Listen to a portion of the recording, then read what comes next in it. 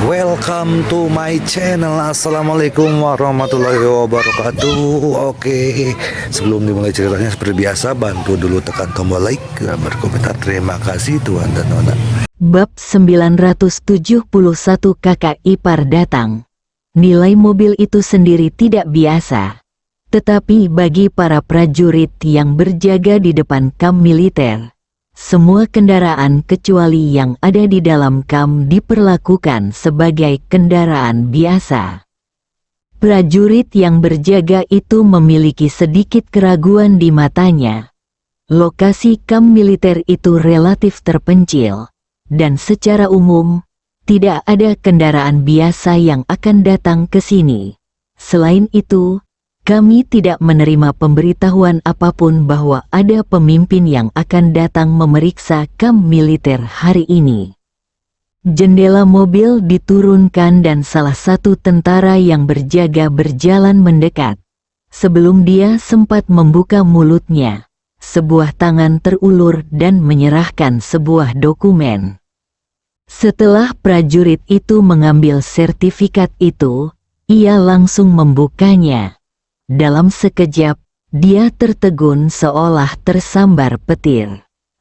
Dua informasi yang paling mencolok. Nama, Chu Chen. Departemen, 2000. Chu Chen, 2000, adalah pahlawan Chu. Prajurit itu tiba-tiba menggigil dan sangat gembira.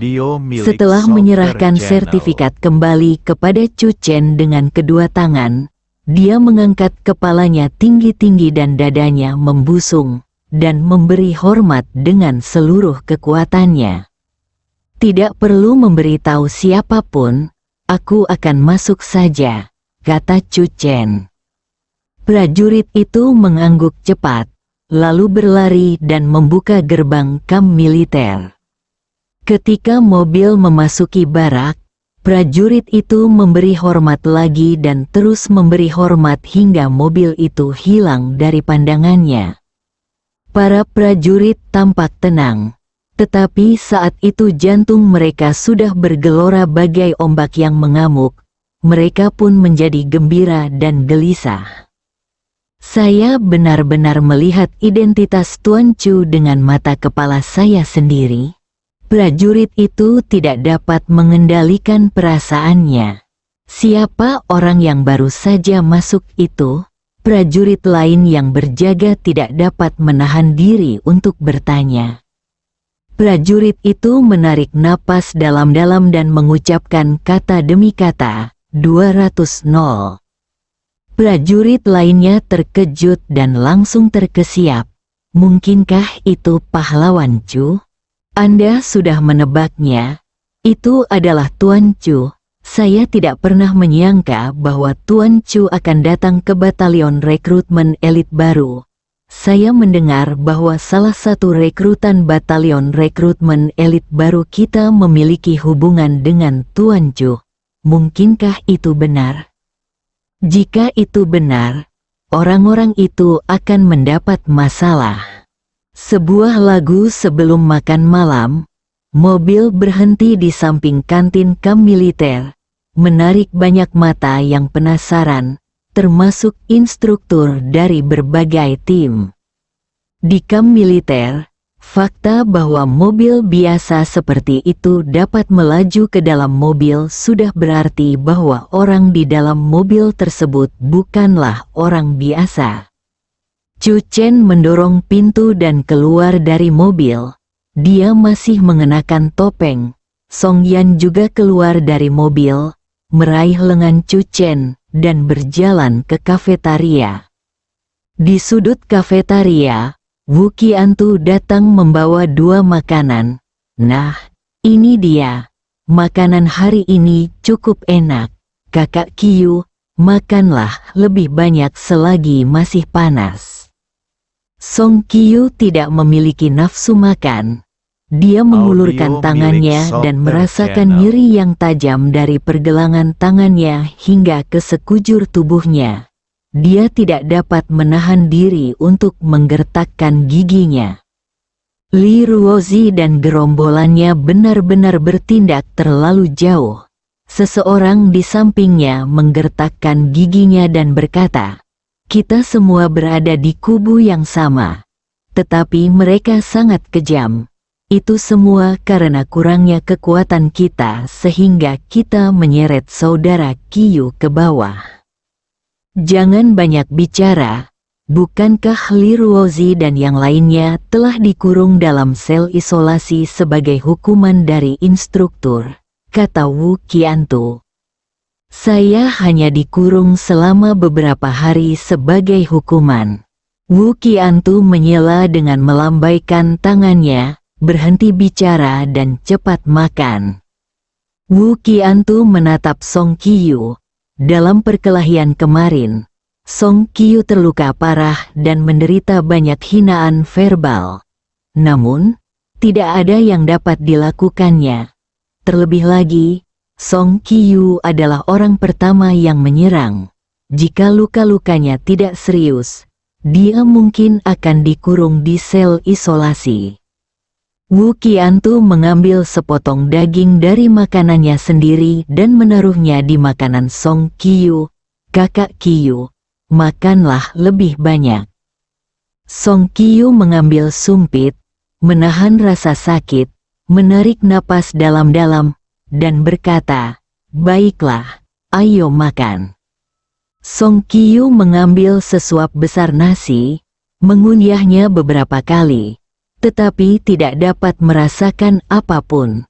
Memikirkan apa yang terjadi kemarin, Song Qiyu merasa semakin tidak rela.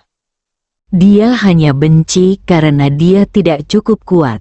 Bukan saja aku tidak dapat melindungi adikku, aku juga tidak dapat mempermalukan adik iparku. Song Qiyu menggenggam sumpit erat-erat dan mengambil beberapa suap nasi lagi. "Xiao Qiyu," sebuah suara yang jernih dan halus terdengar.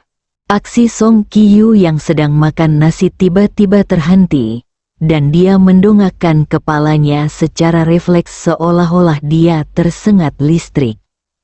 Song Qiyu masih memiliki nasi di mulutnya, tetapi ketika matanya tertuju pada Song Yan, Song Qiyu tidak dapat menahan rasa kesal dan keluhan di hatinya. Tiba-tiba hidungnya terasa sakit dan air mata jatuh. Mungkin beginilah rasanya ketika Anda diganggu di luar dan tiba-tiba melihat orang-orang yang Anda sayangi. Song Qiyu tidak ingin Song Yan melihatnya dalam keadaan memalukan seperti itu, jadi dia menundukkan kepalanya dan menelan nasi dan air mata di mulutnya. Lalu dia tiba-tiba mengangkat kepalanya dan berdiri. Dia menyeka ingus dari hidungnya dengan punggung tangannya dan berkata, "Kakak ketiga." Adiknya Song Qiyu, Wu Qiantu dan yang lainnya masih penasaran dengan identitas wanita cantik ini. Tetapi kemudian mereka mengetahui bahwa yang datang mengunjunginya adalah saudara perempuan Song Qiyu. Tak jauh dari situ, terdengar suara menggoda, "Song Qiyu, kamu diganggu. Telepon orang tuamu. Tapi adikmu cantik." Song Qiyu memandang pria ini. Dia tidak marah, tetapi matanya dipenuhi sedikit rasa kasihan. Dia mungkin tidak tahu bahwa dia sedang mengolok-olok wanita Tuan Chu. Orang-orang di seberang sana melihat Song Qiyu tidak menunjukkan perubahan emosi apapun dan mengira dia takut dengan pemukulan kemarin, jadi mereka malah tertawa semakin tidak terkendali. Tatapan Song Qiyu tiba-tiba tertuju pada Song Yan. Mengenakan topeng dan topi, namun, Song Qiyu terlalu akrab dengan orang ini dan mengenalinya pada pandangan pertama. Bibir Song Qiyu terus bergetar. Melihat Chu Chen, matanya sedikit merah lagi. Kakak ipar Audio Wu milik Qiantu Software dan yang Channel. lainnya juga melihat ke sana. "Kakak iparku ada di sini." Chu Chen awalnya berencana datang ke sini untuk mengeluarkan Song Qiu dan meningkatkan kekuatannya. Tidak peduli dendam apa yang dimilikinya, dia akan membiarkan Song Qiu membalas dendamnya sendiri. Namun, Chu Chen melihat percakapan antara Song Qiu dan yang lainnya tadi, serta ejekan dan ejekan terhadap Song Qiu oleh orang-orang di seberang sana. Dia perlu meningkatkan status satu-satunya saudara iparnya di kamp militer. Sebagai saudara ipar, saya juga harus membela saudara ipar saya dan melampiaskan kemarahan saya. Chu Chen melepas topi dan topengnya, lalu menatap Song Qiu sambil tersenyum. Kupikir matamu hanya tertuju pada adik ketiga. Song Qiu sedang duduk di baris terakhir kafetaria. Meskipun Chu Chen melepas topengnya, dia masih membelakangi kebanyakan orang. Selain Song Qiu, hanya Wu Qiantu dan beberapa orang lainnya yang bisa melihat wajah Chu Chen. Mereka tiba-tiba berdiri, mata mereka terkejut, dan seluruh jiwa mereka seperti berdenyut. Pahlawan Chu, yang ditakuti dunia dan membunuh para dewa, yang hanya terlihat di layar pada hari kerja, benar-benar muncul di kafetaria kamp rekrutmen elit mereka. Song Qiu tidak berbohong, kakak iparnya adalah Chu Chen, pahlawan besar Chu. Pahlawan Chu, Wu Qiantu dan yang lainnya tiba-tiba berdiri tegak, mengangkat tangan dan memberi hormat. Mata mereka penuh gairah dan kekaguman. Bab 972. Aku ingin pulang di kafetaria besar. Orang-orang di belakang Chu Chen tercengang ketika mereka melihat reaksi Wu Qiantu dan yang lainnya. Mereka menatap ke belakang dan penasaran siapa orang ini. Tampilan belakang ini memberi orang perasaan semakin akrab saat Anda melihatnya lebih jauh. Orang yang telah menggoda dan memprovokasi Song Qiu sebelumnya tidak lain adalah Tai Zenggang yang kemarin.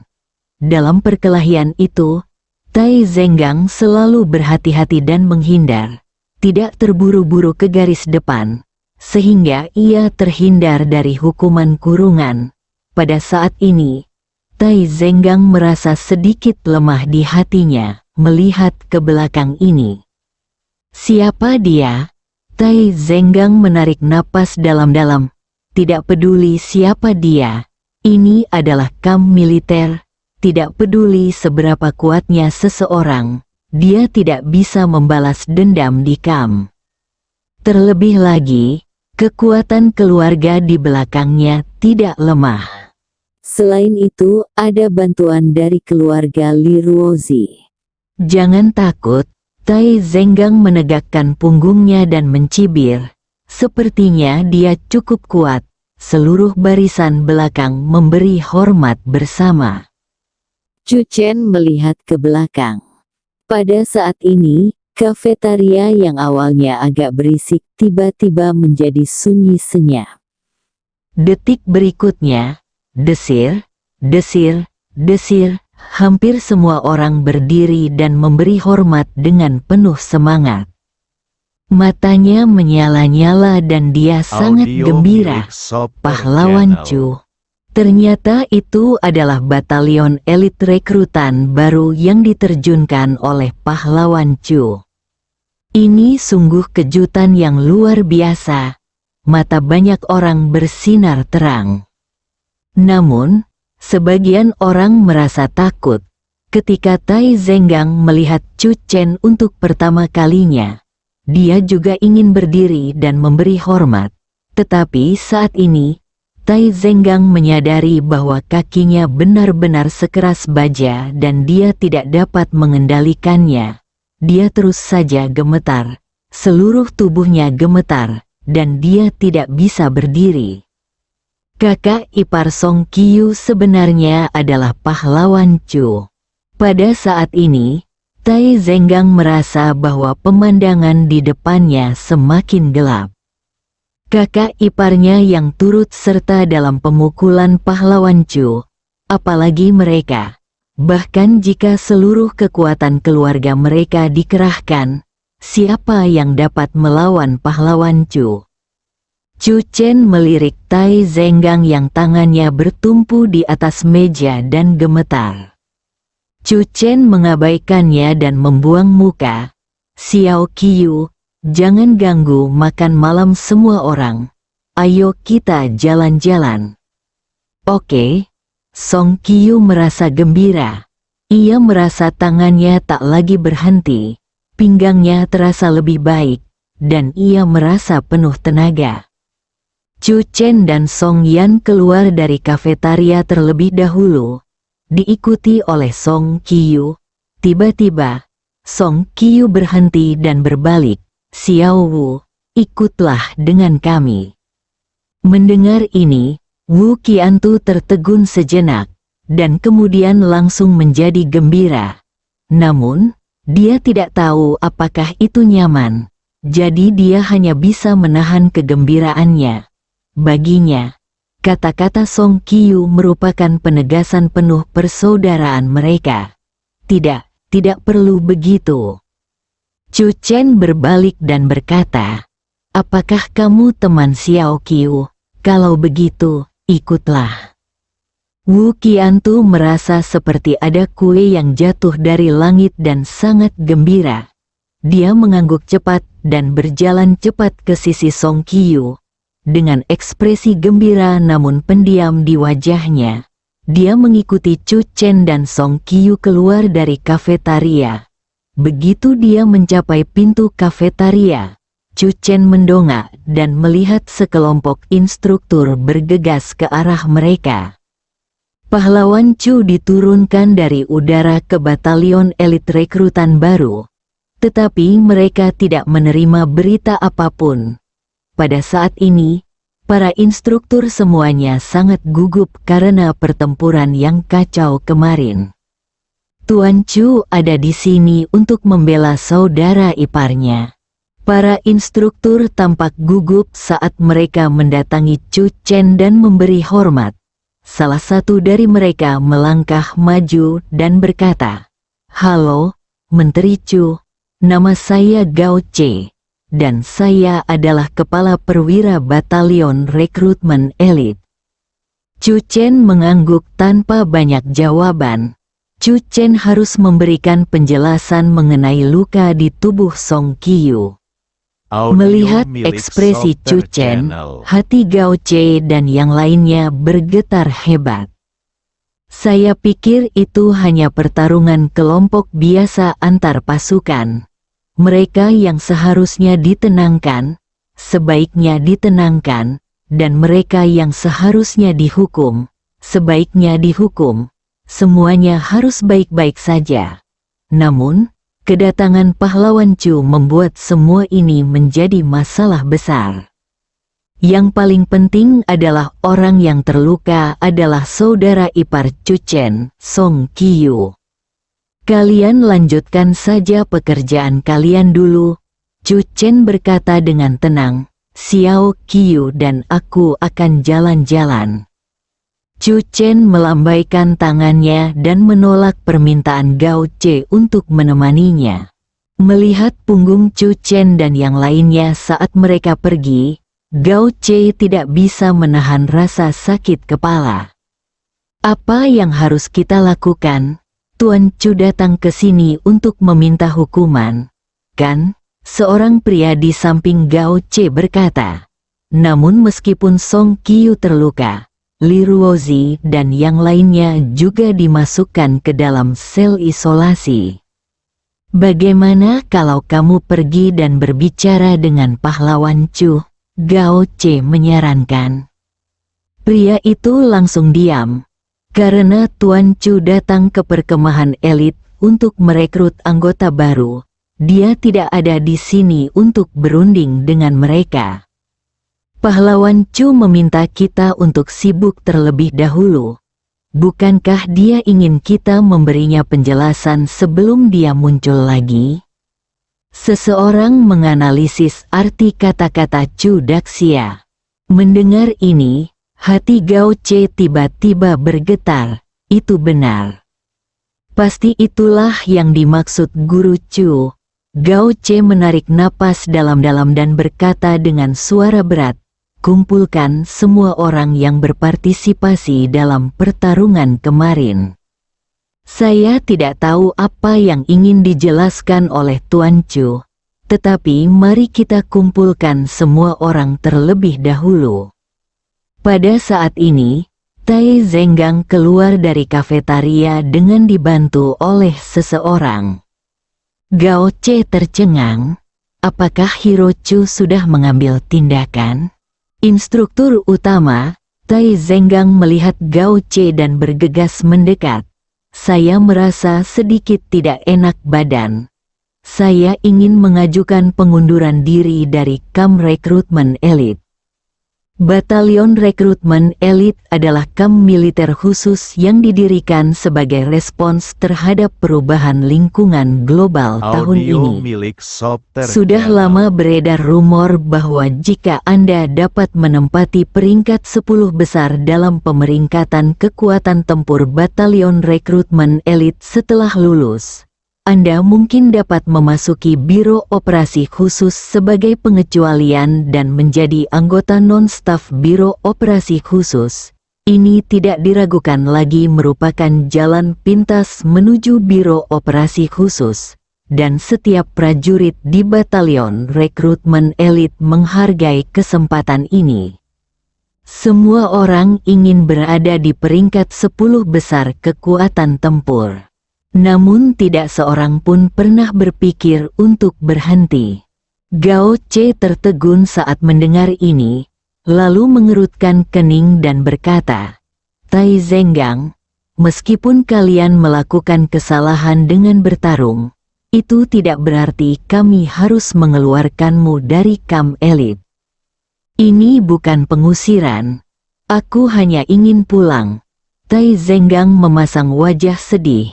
Kedua kakinya mulai melemah, berpikir bahwa dirinya tidak hanya ikut serta dalam pemukulan terhadap Song Qiyu, tetapi juga telah menyinggung pahlawan Chu secara lisan. Tai Zenggang ingin sekali menggali lubang dan mengubur dirinya sendiri. Pokoknya, dia tidak bisa tinggal di tempat ini lebih lama lagi. Saya ingin pulang.